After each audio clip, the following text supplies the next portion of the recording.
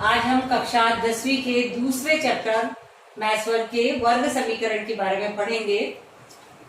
वर्ग समीकरण का मानक स्वरूप जो है वह ax वर्ग प्लस bx प्लस c बराबर 0 इस रूप में होता है। वर्ग समीकरण का अर्थ है जिस बहुपद की अधिकतम कोटि 2 होती है उस समीकरण को वर्ग समीकरण कहते हैं। अधिकतम यानी यदि उस बहुपद की कोटि 2 न हो, 1 हो तो वह रेखीय समीकरण में बदल जाता है। इसलिए उस समीकरण की कोटि 2 होनी चाहिए, उसे हम वर्ग समीकरण कहते हैं। ax वर्ग प्लस bx प्लस c बराबर 0 में a, b और c वास्तविक संख्या हैं जहां a का मान 0 नहीं होता। इसके लिए हम उदाहरण के तौर पर एक उदाहरण लेंगे। 3x का वर्ग धन 5x ऋण 5 बराबर 0।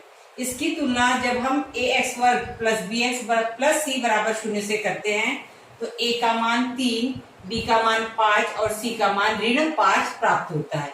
इस तरह से हम किसी भी समीकरण को मानक स्वरूप में लिखकर उसमें से a, b और c इन तीनों का मान प्राप्त कर सकते हैं।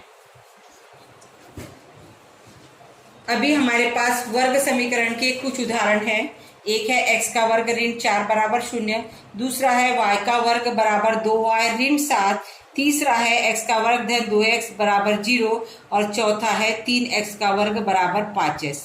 इसमें सभी राशि को हमको पक्षांतर करके बाई ओर लाना है और उसका मान 0 के बराबर करना है और फिर उसकी तुलना मानक स्वरूप ax वर्ग प्लस bx प्लस c बराबर 0 से कर हमें a का मान, b का मान और c का मान ज्ञात करना है। उसी तरह से ये दूसरा टॉपिक है वर्ग समीकरण पहचानना। दिया हुआ बहुपद वर्ग समीकरण है या नहीं, ये पहचानना। तो जैसे पहला उदाहरण है x का वर्ग धन 5x ऋण 2 बराबर 0। तो यहाँ बहुपद की अधिकतम कोटि 2 है, इसलिए यह वर्ग समीकरण है। दूसरा उदाहरण है y वर्ग बराबर 5y ऋण 10। यहाँ पर भी y की अधिकतम घात 2 है, इसलिए यह भी वर्ग समीकरण है। तीसरा उदाहरण है y का वर्ग धन 1/y बराबर 2। इसको हल करने पर y की अधिकतम घात 3 हो जाती है, इसलिए यह वर्ग समीकरण नहीं है। इसी तरह से अन्य उदाहरण दिए गए हैं, उसको हल करके हम ज्ञात करेंगे कि दिया गया समीकरण वर्ग समीकरण है या नहीं।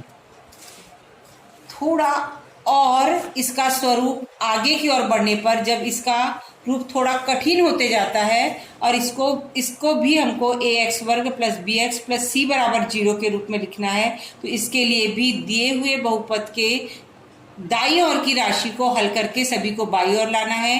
पूरे समीकरणों को हल करना है, उसको ax वर्ग प्लस bx प्लस c बराबर 0 के रूप में बदलना है। उसके बाद हमको a का मान, b का मान और c का मान ज्ञात करना है। दिए हुए समीकरण को मानक स्वरूप में बदलकर a, b, c का मान ज्ञात करना और दिए गए समीकरण में से वर्ग समीकरण को पहचानना। इस तरह के प्रश्न बोर्ड के एग्जाम में 1-1 अंकों के लिए आते हैं। इसकी प्रैक्टिस करके इस तरह से हम बोर्ड एग्जाम में आने वाले गणितों की तैयारी कर सकते हैं। और उसी तरह से बहुत सारे उदाहरण बच्चों आपको हल करने के लिए दिए हुए हैं, आपको ये सब हल करना है और उसके बाद मुझे भेजना है हल करके कि आपके गणित सही है या नहीं। यह मैं चेक करके आपको बताऊंगी और कल हम इसके आगे का दूसरा भाग लेंगे। धन्यवाद।